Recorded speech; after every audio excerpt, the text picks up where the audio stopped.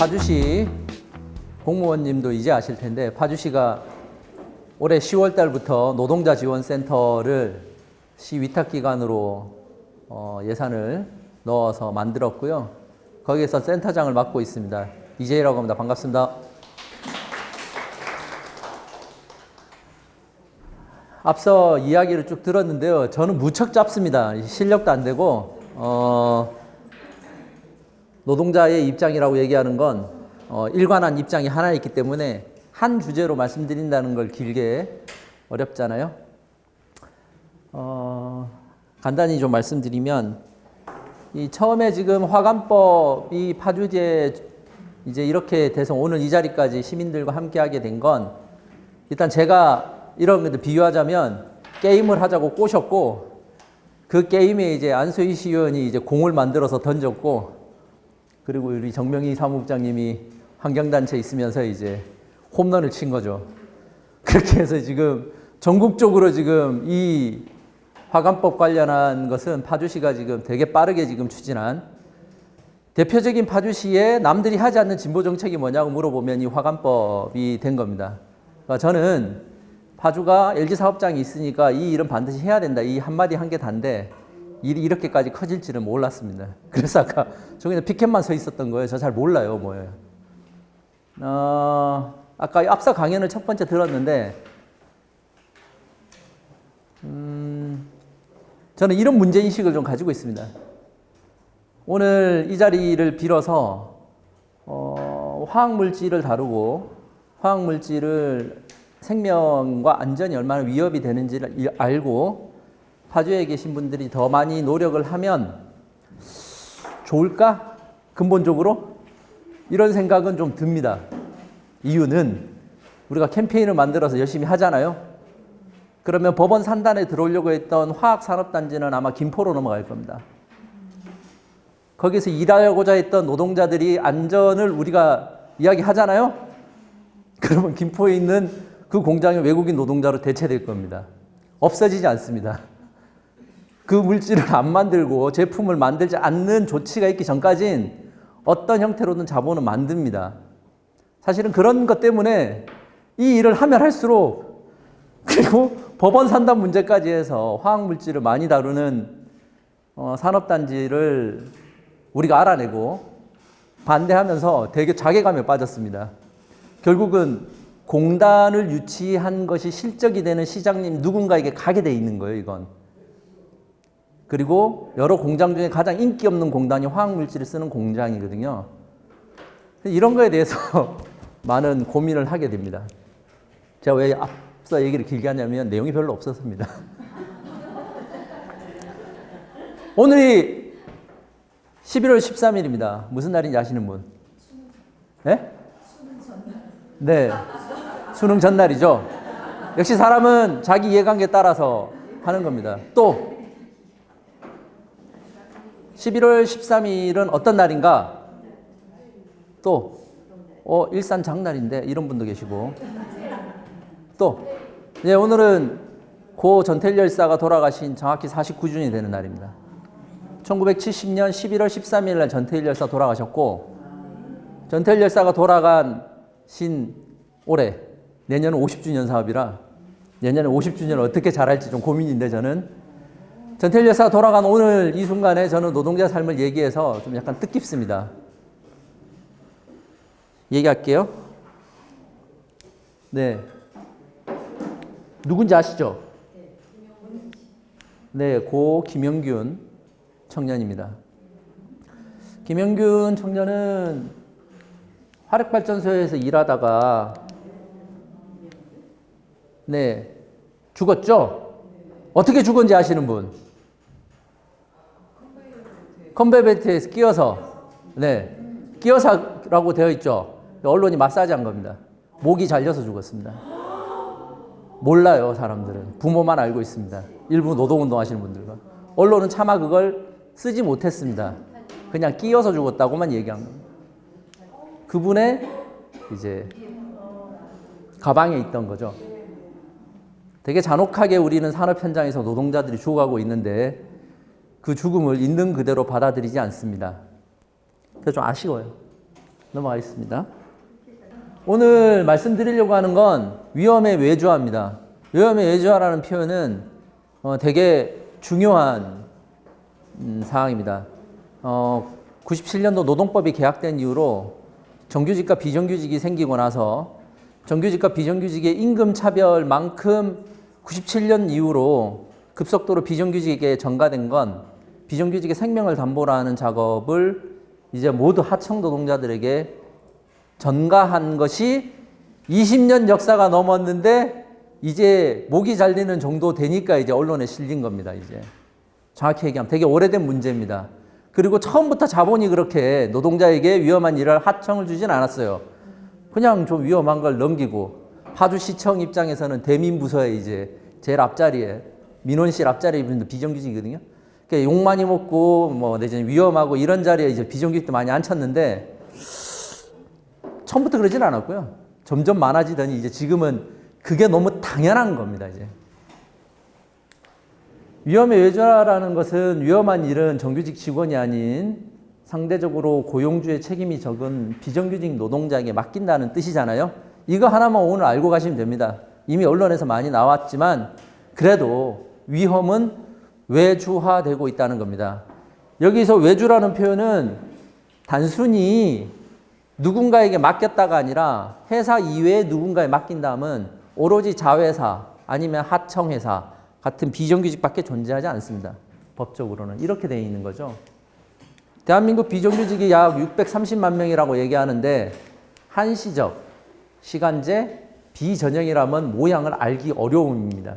그래서 파견, 용역, 특수형태, 일일근로, 가정 내 근로인데요. 제가 이걸 가져온 이유는 이겁니다. 대기업 사내 하청 91만 명인데요.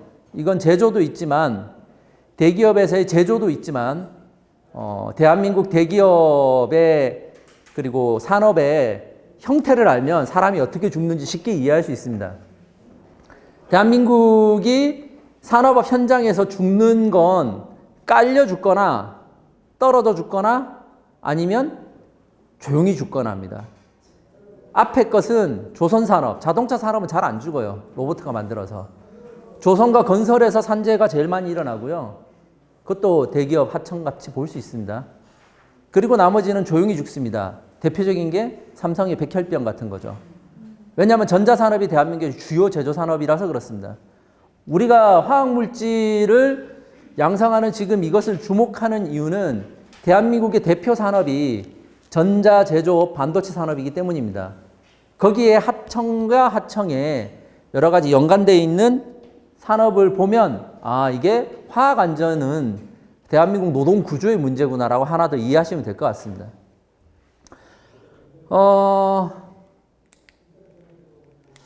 이 얘기하기 전에 지금 신문 검색해서 화학물질관리법 검색하면 신문기사가 바로 뜹니다. 오늘 정부가 결정을 한 게 있어요.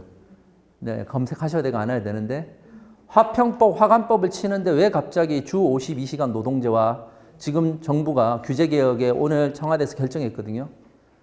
오늘 화관법과 화평법을 청와대에서 규제 완화하는 걸로 결정난 건 아까 얘기했듯이 구미 불산 사고로 화관법과 화평법이 강화되고 개정돼서 5년간의 유예를 줬는데 5년 동안 유예기간 동안 단물 빨아먹던 사람들이 오늘자를 기점으로 해서 다시 정부한테 얘기해가지고 모든 법을 다시 제자리로 돌려놓은 날입니다. 오늘이.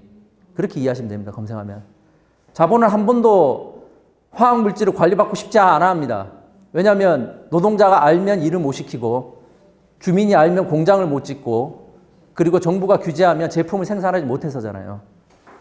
이 피곤한 일을 어떻게든 막으려고 했는데 더 기분 나쁜 건 신문기사를 보다가 그렇게 얘기한 게 원래 문재인 정부가 이렇게 친 기업은 아니지만 지금 경제 완화에 이제 많이 내몰려 있기도 하고 규제에 결정적으로는 일본의 구미, 일본의 불산 이런 거 일본의 이 화학 지금 수출 제품들 있잖아요. 그걸 핑계 대면서 일본에 대응하려면 지금 화학물질을 지금 규제를 풀어주라고 얘기했다 그래서 이 나쁜 놈들이 일본을 핑계 대가지고 이 타이밍에 정경련과 중소기업이 정부를 강하게 요구해가지고 기자회견도 되게 세게 했습니다. 지난 한두 달 동안. 예, 경제신문 얘기했고 대한민국 발전을 가로막는 게 화평법과 화관법이라고 얘기한 겁니다. 우리가 지금 배우고 있고 이걸 시민들에게 알리려고 했던 우아한 사안이 아니라 이 문제는 정확히 얘기하면 안전의 문제이지만 안전은 곧 경제발전의 걸림돌이라는 철학적 문제와 부딪힌다는 것을 좀 이해했으면 좋겠습니다. 위험에 외주하는 이거는 그냥 보시면 될 것 같습니다. 이게 발전사입니다. 산재 사고의 협력사 하청 노동자가 정규직이 44배인데 계산해 보니까 한 명인가 죽었더라고요. 정규직이. 그래서 정규직 죽은 거에 비해서 더 많이 죽기도 하는데 단순히 44배로 죽었다는 건 아니고 사고가 이만큼이라는 겁니다. 지금 위험의 외주화는 산재 사망의 90%가 다 하청입니다. 이거는 가장 최근 자료예요. 작년 것까지이기 때문에. 사망사고가 지금 85%가 위험의 외주화인데 하나 더 확인해야 될 건 대한민국 산재 사망 숫자입니다. 대한민국이 정확하게 3,500명 매년 죽거든요. 산업 현장에서. 되게 많이 죽습니다. 그냥 잠시 밥 한 끼 먹고 있으면 한 명 죽어 있는 거예요. 숫자가. 그 숫자 중에 노골적으로 언론에 많이 나온 건 아까 김영준 노동자처럼 이렇게 몸을 쓰다가 이 석탄을 이렇게 날른 거잖아요. 이런 것들 아니면 건설 현장에서 떨어져 죽거나 아니면 조선소에서 이제 뭐가 물건이 툭 떨어져 가지고 이제 내지는 이런 사고사도 되게 많고요. 하지만 그와 상관없이 화학 물질 때문에 당하고 있는 사람도 많습니다. 하지만 화학 사고는 생각보다 죽는 사고는 덜해요. 천천히 죽으니까. 다만 공장에서 천천히 죽는 것과 이렇게 직접적으로 죽는 것과 큰 차이는 없으니까요. 제가 말씀드리고 싶은 건 산재 사고는 되게 많다는 걸 말씀드리고 싶습니다. 3,500명이 넘습니다. 1년에. 화학물질 관련한 사고는 주로 누출, 화재, 폭발, 기타 등등으로 있는데요. 누출이 많습니다. 누출이. 그리고 화학물질 관련한 기사들 읽어보면 잘 어떻게 돌아가셨느냐. 아니 안에 들어가면 공기가 없어요. 산소가 없는데 들어가요. 그래서 죽는 거예요. 왜 들어가지 하지만 들어갑니다. 왜? 안전규정대로 안 하니까요. 두 번째, 안전규정대로 들어가더라도 밖에 한 명이 지키고 사고가 나거나 산소가 떨어지면 바로 신고해야 될 때 그때 사람이 없는 거예요. 다 그런 겁니다. 왜 그러냐고 물어보면 묻지 마세요. 규정대로 하면 하청이 아니에요. 법이 현실을 이기지 못합니다. 화학물질 사고 사례로 보면 산업 현장에서 이것도 가장 최근에 봤는데 우리가 아까 봤던 내용입니다. 사고 발생지가 저장 탱크, 공정, 차량, 해상, 기타. 사고 형태는 누출, 화재, 폭발, 기타라고 되어 있는데요. 2015-16년 에탄올 중독으로 실명, 시력 손상이라고 얘기하죠. 여기 소화기 제조업체 얘기 나오죠. 도금업체 얘기 나오죠. 그리고 추진체라면 이거 우주선 만드는 겁니다. 다 우리가 뭔가를 주입하는 겁니다. 소화기 만들다가 마셔서 죽고 도금하다가 간염이나 독성 질환으로 되는 거고 우리가 가끔 극한 직업을 보거나 아니면 극한 직업이 아니라 가끔 해외 특파원들 보고할 때 사금 채취하고 할 때 납을 막 끓여가지고 하는 거 최근에 나왔잖아요. 언론에요. 동남아에 있는 그 사금을 채취할 때 이 납덩어리를 손으로 만진다고 얘기하는데 그 정도 노골적이진 않지만 반의 반 정도는 대한민국도 여전하다는 사실입니다. 이게 그런 사례입니다. 이 기사를 연동해서 읽어보면 이런 겁니다. 신참이 숙련자 업무를 무방비로 떠났다가 20대들 하청이 다 죽는데요. 도금액입니다. 도금액은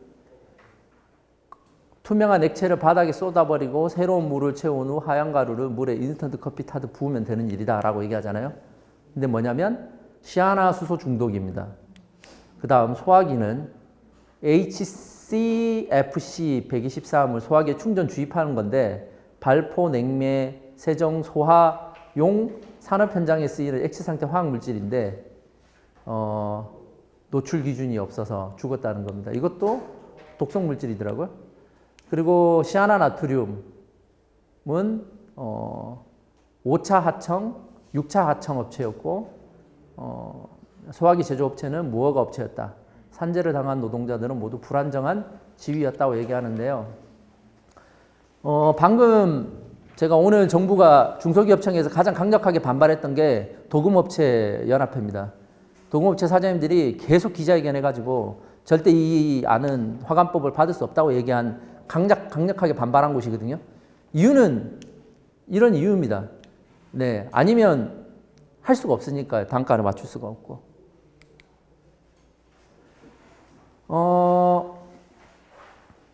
노동자와 함께하는 지역사회 대비체계라고 얘기하는 건 이런 겁니다.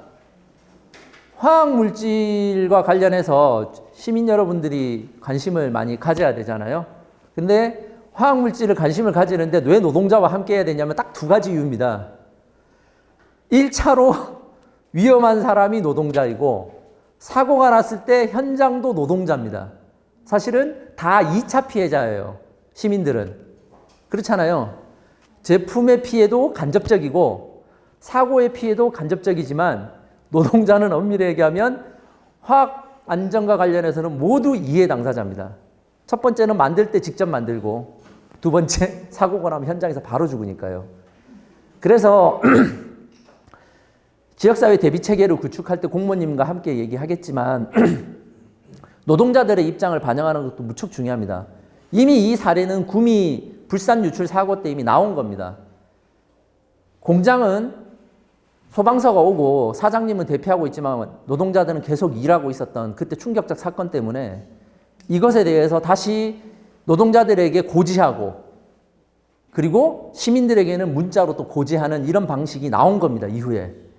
그 당시에는 이 사실관계를 노동자들에게 알리지 않았어요.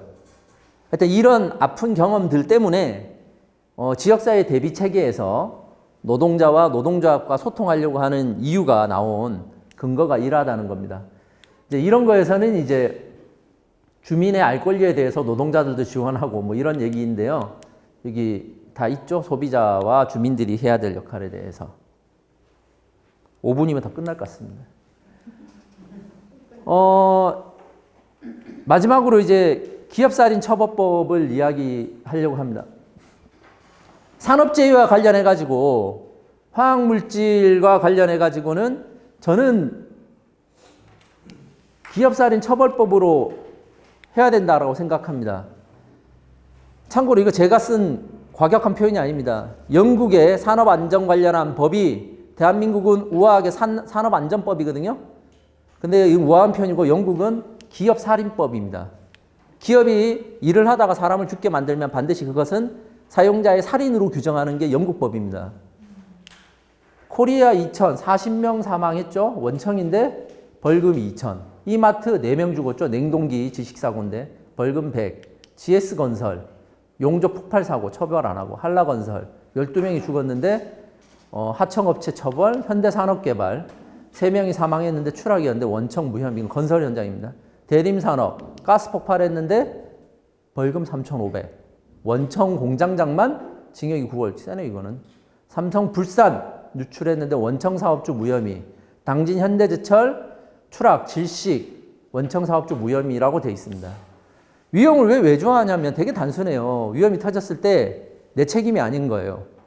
그리고 그것은 생산 공정이 아니라 시설물 관리 업무라고 해가지고 완전히 우리 공장과 무관한 걸로 또 처리해요. 네.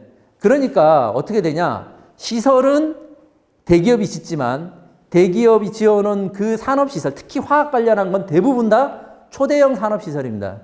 그것을 밸브를 열고 잠그고 무엇이 들었는지 체크하고 말고 하는 데서 모든 건 총액 단가만, 그러니까 엑셀 파일의 숫자로만 존재하지 실제적 책임과 무관한 것으로 기업이 계속 다루니까 가야 되는데 이게 핵심이 뭐냐면 그 기계의 본 주인이 하청업체의 모든 업무까지 다 책임을 지는 게 기업살인법인데요. 대한민국은 원청에 대한 책임이 없습니다. 이거 했으면 지금 난리 났을 거예요, 지금. 오늘 지금 화관법 가지고 지금 유예 5년 끝나서 이제 겨우 적용하려고 하니까 또 이렇게 정부를 꼬셔가지고 또 이렇게 원상태로 만든 사람들인데 이 책임보다 더 센 자신들의 포괄적 책임을 다루는 기업살인처벌법에 관심이 있겠나 싶어요. 삼성이 또 하나의 가족이라는 영화를 봐서 알겠지만 백혈병으로 되게 많이 하지만 책임지지 않았습니다. 위로금을 준 거죠. 가족과 그 합의도 영화 나오고 이 문제로 사회적으로 엄청 문제가 되니까 겨우 위자료 주는 걸로 가는 겁니다. 그게 뭔가요? 화학물질을 이게 눈으로 보고 마셔가지고 다 백혈병 걸린 거잖아요. 쥐도 새도 모르게. 캐나다는 기업의 최고 책임자 형사처벌을 하게 돼 있고요. 호주는 수상도 책임자 처벌하게 돼 있고 또 여기네요. 영국이네요. 매출액 기준의 벌금은 불가라는 겁니다. 아까 얘기했듯이 2천만 원이면 우리가 내는 교통범칙금 수준밖에 안 될 텐데 다른 나라는 그게 아니라 매출액으로 때리면 한 100억씩 때리는 겁니다. 기업이 망하라고 사람 죽으면. 제일 마지막입니다. 제일 마지막인데요. 사람들이 잘 모르신 것 같아가지고 김용균 노동자가 죽었던 이유가 목이 잘려서 죽어서 언론에 마사지 돼서 나왔다고 얘기하는데 김용균 노동자가 죽고 나서 사회적으로 문제가 돼서 왜 그런 구조적인 문제가 생겼냐로 따져서 김용균 보고서라는 게 나왔습니다. 언론에 지금 보도됐죠. 김용균 보고서에 보면 벌점이 틀려요. 벌점이. 산재 사고가 나면 기업이 가지는 벌점이 있는데 원청이 죽으면 마이너스 1.5점, 도급이 죽으면 마이너스 1점, 건설도급이라고 얘기하면 더 재하청은 마이너스 0.2점입니다. 무슨 얘기냐면 하청이 죽으면 벌점도 적게 받는 거예요.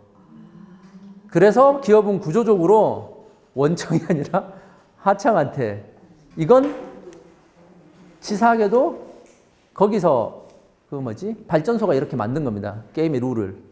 그러니까 당연히 하청 노동자들 썼다는 건데요. 제가 오늘 말씀드리려고 하는 건 몇 가지 문제인식에 대한 이야기만 좀 드렸던 겁니다. 첫 번째,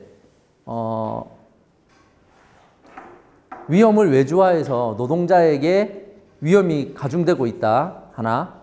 두 번째, 위험한 건 물리적 위험도 있지만 화학적인 위협도 존재한다는 거고요. 세 번째, 그 화학적 위험이라고 얘기하는 것과 관련해서 시민과 노동자는 입장이 동일하다는 얘기를 드리고 싶은 거고요. 네 번째는 파주에 국한하면 좀 쉬운데 전국적으로 좀 따지면 약간은 좀 복잡할 수 있는 건데 그래도 우리가 파주에서부터 화학 안전과 관련해서 시민들과 목소리 좀 같이 좀 내는 건데 김포로 넘어가지 않게끔 우리가 좀 제도적으로 더 진보적으로 진취적으로 생각해야 된다 생각합니다. 이상으로 마치겠습니다. 고맙습니다.